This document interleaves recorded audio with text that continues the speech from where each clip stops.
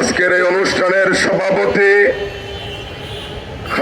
বাংলাদেশ খেলাফত মজলিসের কেন্দ্রীয় মহাসচিব এবং অন্যান্য কেন্দ্রীয় নেতৃবৃন্দ, মিডিয়া কর্মী ভাইরা, গোয়েন্দার বন্ধুগণ, আসসালামু আলাইকুম। আপনারা জানেন কালামে পাকের সাথ হচ্ছে ইন্নামাল মুসলিমুনা ইখওয়া, পৃথিবীর সমস্ত মুসলমান একে অপরের ভাই। ভারত থেকে নিয়ে বিশ্বের যত প্রান্তে মুসলিম ভাই বোনেরা রয়েছে তারা আমাদের ভাই। আল্লাহর কালামে পাকের সাথ হচ্ছে।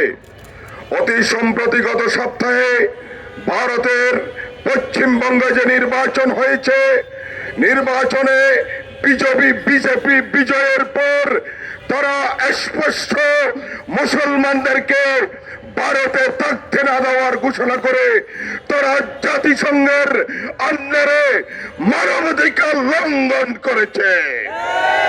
আমরা বাংলার মাটি থেকে এর তীব্র নিন্দা জানিয়ে সাথে সাথে বলবো, বাংলাদেশে বর্তমান ক্ষমতাসীন বিএনপি আপনারা নাকি ইসলামের পরম বন্ধু, কিন্তু ভারতে মুসলমানদের যে নিধন চলছে, আজকে এক সপ্তাহ হয়েছে পররাষ্ট্র মন্ত্রণালয় থেকে নিয়ে প্রধানমন্ত্রী পর্যন্ত এখন পর্যন্ত তারা নাকচ হবে বলে কোন বিবৃতি আসে নাই।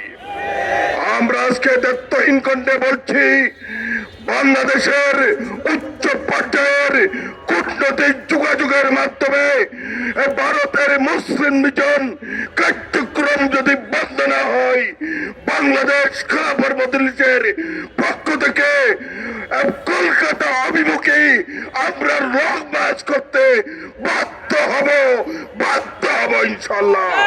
ওয়া মা তাওফীক ইল্লা বিল্লাহ।